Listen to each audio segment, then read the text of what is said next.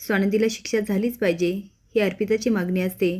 समर पूर्ण तर करतो, पण गोड शिक्षा देऊन. नमस्कार. या मालिकेच्या आजच्या भागामध्ये आपण बघणार आहोत अंशुमन, मलिका आणि अर्पिता स्वानंदीसोबत चांगलाच खेळ खेळतात.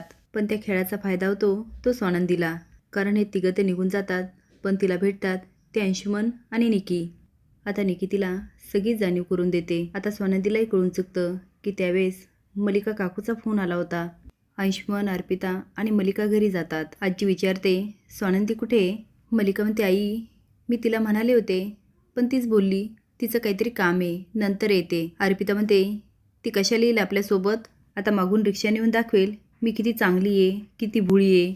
आजी म्हणते, अर्पिता जरा शांत बसतेस का? तेवढे स्वानंदी जाते आणि आजी शेजारी बसते आणि विचारते, आजी तुम्हाला बरं वाटतंय ना आता? आजी म्हणते, अगं फार काही नाही झालेलं, खरं सांगू का, चूक माझीच होती. अर्पिता म्हणते, असं कसं? चूक हिचीच आहे. ही लक्ष ठेवून होती ना तुझ्यावर. दादा आमचं चुकलं तर आम्हाला शिक्षा मिळते ना. आता समर पण अर्पिताकडं शॉकून बघायला लागतो. अर्पिता म्हणते, आता चूक हिचीच आहे, मग हिला काय शिक्षा देणार आहे? अरे हिच्यामुळे आजीच्या जीवावर बेतलं असतं. तूच म्हणतोस ना न्याय सगळ्यासाठी सारखा आहे म्हणून. आता तूच सांग हिला काय शिक्षा मिळणार आहे? समोर होतो अर्पिता. ती म्हणते, अर्पिता काय अर्पिता, तुला शिक्षा द्यावीच लागणार. अंशू म्हणतो, हो दादा माझं चुकलं, मलाही शिक्षा मिळाली. त्यावेळेस तू काय म्हणाला, न्याय सगळ्यांसाठी सारखा, तुला शिक्षा झालीच पाहिजे. आणि शिक्षा देण्याचा अधिकार तू कुणाला दिला? स्वानंदीला, नाही म्हणजे स्वानंदी वहिनीला. मंदिरात जाताना मॉम तिला सांगून गेली की आजीवर लक्ष ठेव, पण तिने नाही ठेवलं आणि आजी पडली. त्यामुळे स्वानंदी वहिनीला शिक्षा आता मॉम देणार. मलिका म्हणते, मी कशी देणार? मला नाही जमणार. हा? अर्पिता म्हणते, का नाही जमणार मॉम? तुला आठवतं ना ह्या स्वानंदीने अंशुमनला चापकाने फोडून काढलं, मग आज तू पण तिला चापकाने फोडून काढ. आजी म्हणते, अर्पिता तू काय बोलतेस? तुला तरी कळतंय का? मी तुम्हाला किती वेळा सांगितलं ह्यामध्ये स्वानंदीची काहीही चूक नाही, चूक माझी आहे. तिने मला थांबायला सांगितलं होतं, मी थांबायला होतं, पण मी नाही थांबले आणि पाय घसरून पडले. ह्या स्वानंदीची काय चूक आहे? स्वानंदीची काहीच चूक नाही आहे, तिला कुठलीही शिक्षा मिळणार नाही. अर्पिता म्हणते, नाही आजी, स्वानंदीला शिक्षा दिल्याशिवाय मी शांत बसणार नाही. दादा तू देणारच की नाही शिक्षा? समोर म्हणतो, अर्पिता बरोबर बोलते, चूक केली तर शिक्षा ही मिळायलाच हवी. हे ऐकून मलिका, अंशुमन, अर्पिताला खूप आनंद होतो. आजी आणि स्वानंदी शॉकून बघायला लागतात. आजी म्हणते, पिंट्या तो हो आजी, न्याय हा सगळ्यांसाठी सारखा आहे. त्यांनी जर तुझी काळजी घेतली असती तर तू पडलीच नसती आणि हा सगळा त्रास तुला सहन करावा लागला नसता.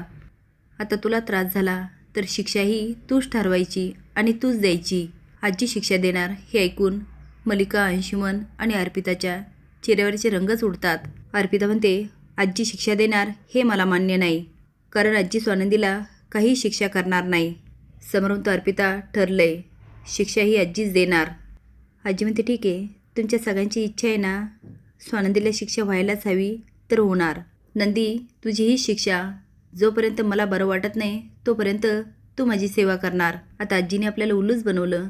यामुळे मलिका, अंशुमन आणि अर्पिता हात करून म्हणतात, ही काय शिक्षा आहे?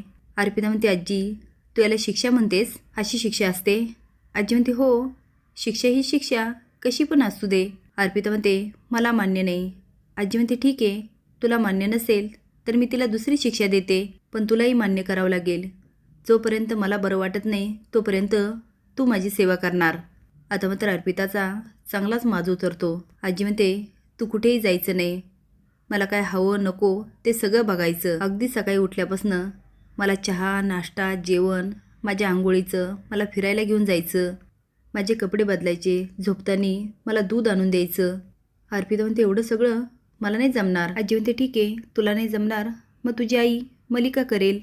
मलिका म्हणते, नाही नाही आई, बरोबर आहे तुमचं, स्वानंदीला ही शिक्षा द्या. नाही म्हणजे मी केलं असतं, पण आता स्वानंदीला तुम्ही शिक्षा दिली ना, तिला भोगावीच लागणार. आता मात्र आजी तिघींची जिरवते. निकी आनंदला म्हणते, आनंद तुला काय वाटतं, हे सगळं त्या मलिका मॅडमनेच केलं असणार ना? आनंद म्हणतो, त्या काही करू शकतात. निकी म्हणते, आजी पडणं शक्यच नाही, तुला पण माहिती आहे ती किती कडक आहे. बरं आनंद, तू टेक्निशियनला दाखवलं का? त्या पुराव्याचं काय केलं? हे बघ आनंद, आता हलगर्जीपणा करू नकोस हा. मला तर असं झालं आहे, कधी एकदा समरला दाखवतो आणि स्वतःला प्रूफ करतो, आदिरा आणि रोहन घरी जातात. बाबा विचारतात, कशी आता आजीची तब्येत? आदिरा म्हणते, आता बेटर आहे. बाबा म्हणतात, पण त्या अशा कशा पडल्या? त्यांची काळजी घ्यायला हवी होती ना? तेवढ्यात मंदाकिनी म्हणते, त्या काय पाडल्या बिडल्या नसणार, त्यांना पाडलं असणार. मी सांगते ना, ही आदिराची आई. आणि शांत बसते. आदिरा म्हणते, वॉट? तुम्हाला काय म्हणायचं? माझ्या मॉमनी पाडलं? मंदाकिनी म्हणते, म्हणायची काय गरज आहे, तसंच असणार. बाब म्हणतात, सुष्मिता हिला सांग, तोंड गप्प ठेव. रोहन म्हणतो, आई सोड ना आता. आदिरा चल आपण फ्रेश होऊया. आदिरा म्हणते, अरे पण ह्या बघ ना काय म्हणतायत. तो ठीक आहे चल आता. मंदाकिनी बोलून तर जाते, पण आदिराच्या डोक्यातून काय जात नाही. आता मात्र तिलाही संशय येतो, आज्जूला खरंच मॉमनी पाडलं का? असेच नवीन अपडेट जाण्यासाठी लाईक आणि सबस्क्राईब करा. धन्यवाद.